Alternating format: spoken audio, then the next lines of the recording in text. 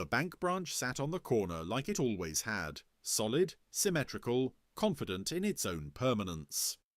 Darius Coleman stood just outside the glass doors for a moment longer than necessary, smoothing the front of his jacket. It was his only suit, bought second-hand and altered by a friend who worked miracles with a needle. He was black, 24, and painfully aware of how that suit looked under fluorescent lights, trying, careful, hopeful. Inside, the air smelled like carpet cleaner and quiet judgment. Darius approached the counter, folder tucked under his arm. Business plan, cash flow projections, letters of intent from 2 local vendors. He had rehearsed this meeting for weeks, practicing answers in the mirror, anticipating objections before they formed. The loan officer, white, mid-40s, polite smile trained into place, gestured for him to sit. "So," the man said, glancing at the folder without opening it, "you're looking for a small business loan." "Yes," Darius replied. $75,000 to purchase and renovate the ground floor of the Madison building. It's vacant now, but—" The officer nodded, already typing. "And this would be—" "A neighborhood grocery," Darius said. "Fresh produce, prepared food. The area doesn't have one within walking distance." The officer hummed thoughtfully. "And your experience—" Darius had expected that. "I've managed inventory and operations at 2 stores," he said. 5 years total. I've also partnered with a local supplier. I brought—" "That's good," the officer interrupted gently. "But ownership is different." Darius smiled politely. "I understand. That's why I'm here." The officer finally opened the folder, flipping through pages faster than someone who was truly reading. He paused briefly at the numbers, then at Darius himself. "Do you have collateral?" Darius shook his head. "Not yet. That's what the building would be." The officer leaned back. "And personal assets?" "Minimal," Darius admitted. "But my credit—" "We've checked it," the officer said, still smiling. "It's fine, not exceptional." Darius felt something tighten in his chest. "I've lived in this neighborhood my whole life," he said. "I know the demand. I've already spoken to—" "I don't doubt your passion," the officer said quickly, "but passion doesn't mitigate risk." Risk. That word always landed heavier than it should. The officer folded his hands. "Given your profile, we'd recommend starting smaller, maybe a pop-up, or partnering with someone more established." Darius nodded slowly. "This is small," he said, "and I'm ready." The officer's smile softened into something sympathetic. "We just don't see a path that makes sense for us." For us, the decision was already made. "Can I ask," Darius said carefully, "what specifically disqualifies me?" The officer hesitated. "It's not one thing, it's the overall picture." Darius gathered his folder. "So that's a no." "Yes," the officer said. "For now." For now had teeth. Outside, the sun felt harsher than it had before. Darius stood on the sidewalk, watching people pass the Madison building across the street, the one with the boarded-up windows and the faded for lease sign that had been there for years. He imagined it cleaned up. Lights on, shelves stocked. Kids buying fruit after school instead of chips from the gas station. He imagined it working. They had denied the small loan because the numbers didn't feel safe, because his name didn't inspire confidence, because potential looked like risk when it came from someone like him. Darius didn't curse, didn't kick the door, didn't make a scene. He folded the rejection letter neatly and placed it back in his folder. Then he walked home, already adjusting the plan in his head. Because the thing about being denied entry is that it teaches you something invaluable. Where the walls are, and how much it will cost to own them instead. Darius didn't stop at home. He walked past his apartment, past the bus stop, past the corner where kids argued over basketball teams, until the neighborhood thinned into warehouses and auto shops. Walking helped him think. It always had. Movement made disappointment manageable, turned it into something you could carry instead of something that crushed you. By the time he reached the old loading docks near the river, the sting of the bank's no had sharpened into clarity. $75,000 wasn't impossible. It just wasn't coming from where he'd been told to look. That night, Darius spread his papers across his kitchen table anyway. He reread the business plan, not to mourn it, but to interrogate it. He circled assumptions, adjusted timelines, cut costs that had been there to look respectable rather than necessary. He replaced words like growth and expansion with survival and cash flow. The plan got leaner, stronger. Over the next months, Darius worked 2 jobs. Days at the store he already managed, nights driving deliveries for a restaurant that paid cash. He said no to weekends, no to sleep. He saved aggressively, tracking every dollar in a notebook that never left his backpack. People noticed. "You killing yourself for what?" a coworker asked one night, watching Darius count out tips under the dim kitchen light. "For leverage," Darius replied. He didn't explain further. Instead of trying another bank, Darius went to people who understood the neighborhood better than spreadsheets did. He sat down with a retired grocer who'd closed shop years earlier. He talked to a church deacon who ran informal lending circles. He listened more than he spoke. That's how the idea shifted. The building was too big, but the basement wasn't. The Madison Building's owner, an aging investor who lived out of state, had stopped answering calls from brokers. But he answered Darius's letter. Not because it was impressive, but because it was specific. Darius didn't ask to buy the building. He asked to lease the basement storage space that no one wanted. Cheap, forgotten, damp, perfect. The owner agreed to a short-term lease with an option to renew. No renovations allowed beyond safety compliance, no signage visible from the street. Darius smiled when he read the terms. He didn't need a storefront yet. He needed a start. Within 6 weeks, the basement became a distribution hub. Darius partnered with the same suppliers the big stores used, buying produce in smaller quantities and selling directly to families through weekly pickup orders. No shelves, no lights, just crates, a scale, and trust. Word spread quietly. People liked the prices, the freshness, the fact that Darius knew their names. Kids helped carry boxes upstairs for elderly neighbors. Someone designed a simple flyer. Someone else built a basic website. Money moved, not fast, but steadily. A year later, Darius hired his first employee. Another year after that, he added prepared meals. Nothing fancy, just food that tasted like home and didn't cost an hour's wages. The operation outgrew the basement. He expanded into the ground floor of a different building 2 blocks away, one with less history and fewer expectations. The Madison Building remained empty. Darius watched it age. He watched for lease turn into for sale. Watched prices drop when no one bit. Watched the neighborhood change slowly around it, values rising just enough to attract attention, but not enough to fix what had been neglected. Meanwhile, Darius's business became something people counted on. Schools placed standing orders.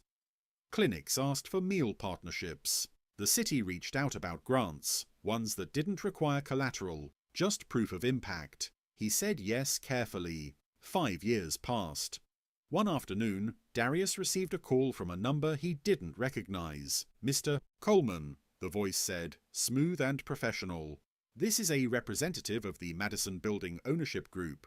We understand you've had prior interest in the property." Darius leaned back in his chair. "Yes," he said calmly, "a long time ago." "We're looking to sell," the voice continued. "Given your presence in the neighborhood, we thought—" Darius glanced out the window at his current storefront, at the line forming outside, at the delivery truck with his logo on the side. He didn't rush his answer. "Send me the numbers," he said.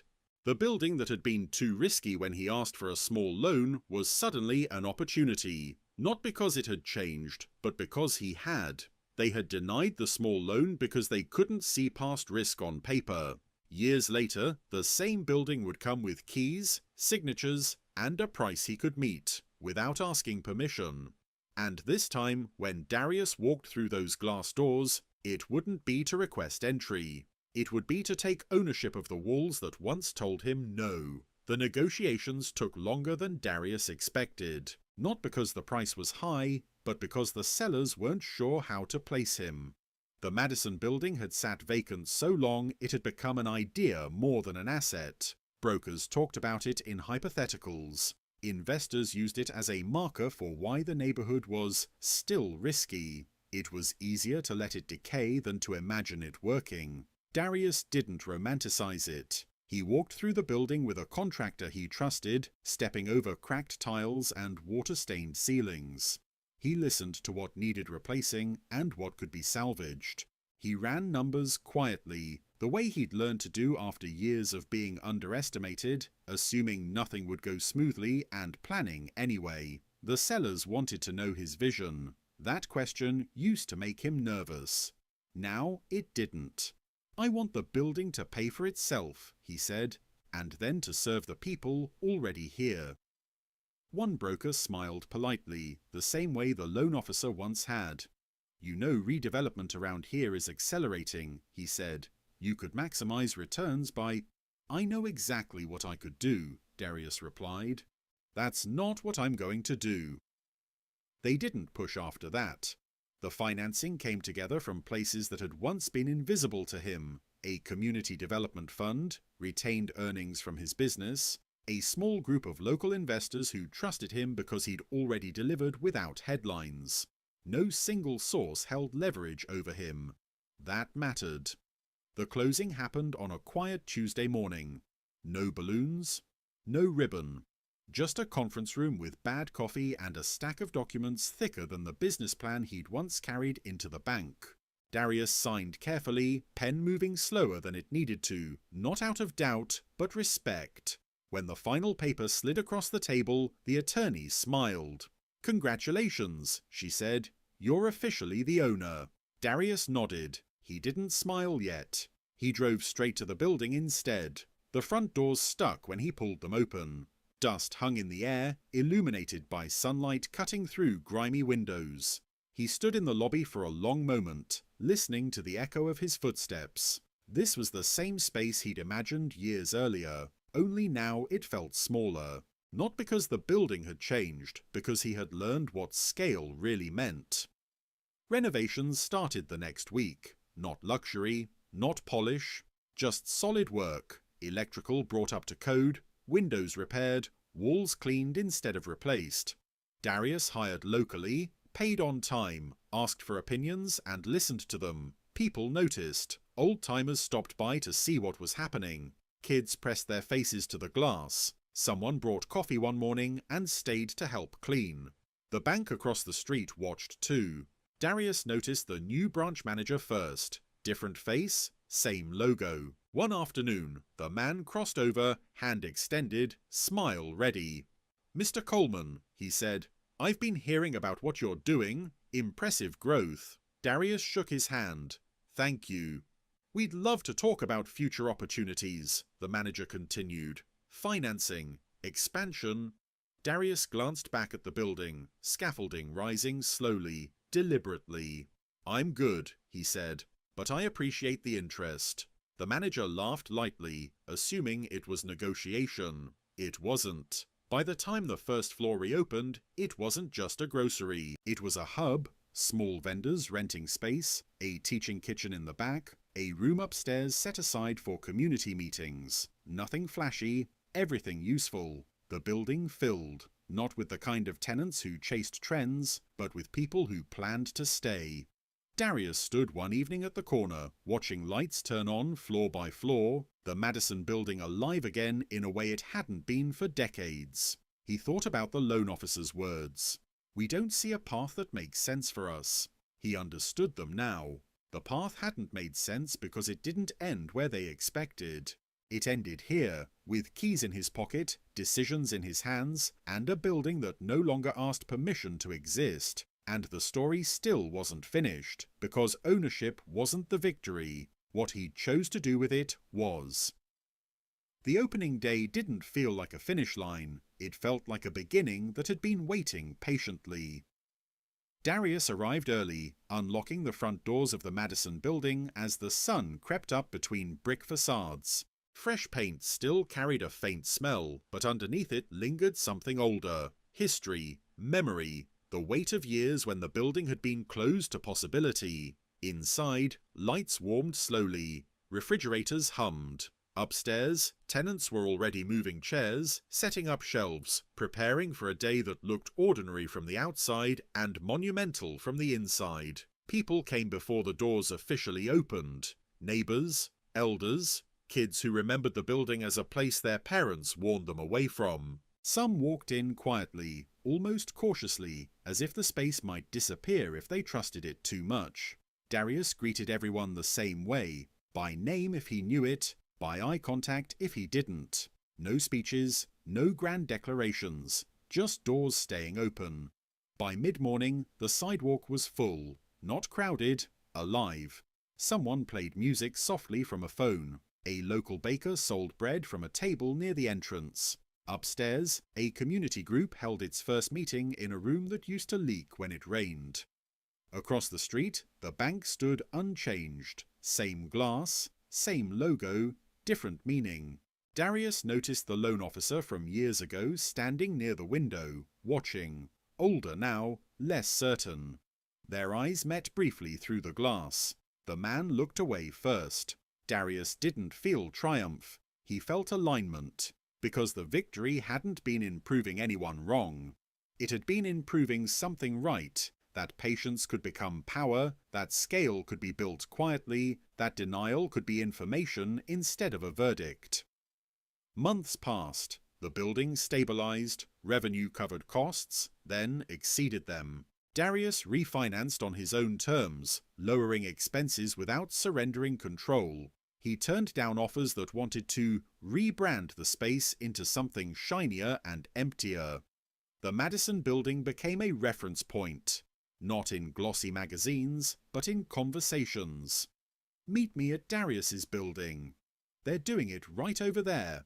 That's what it can look like. One afternoon, a young man came into the office carrying a folder, hands tight around it. Nervous, hopeful. I went to the bank, he said. They said no. Darius gestured for him to sit. Good, he said. Now we know where not to start. They spread papers across the desk. Numbers, ideas, paths that didn't require permission to exist. Later that evening, as the building settled into quiet, Darius walked its floors alone. He touched the wall near the entrance, brick that had once separated him from possibility and now carried his name on the deed. They had denied the small loan because they measured worth too narrowly, because they mistook caution for wisdom, because they couldn't imagine ownership looking like him. Years later, he bought the building not to make a point, but to make a place. And that was the part no spreadsheet had ever known how to calculate, that sometimes the most powerful return on investment isn't profit, it's permanence.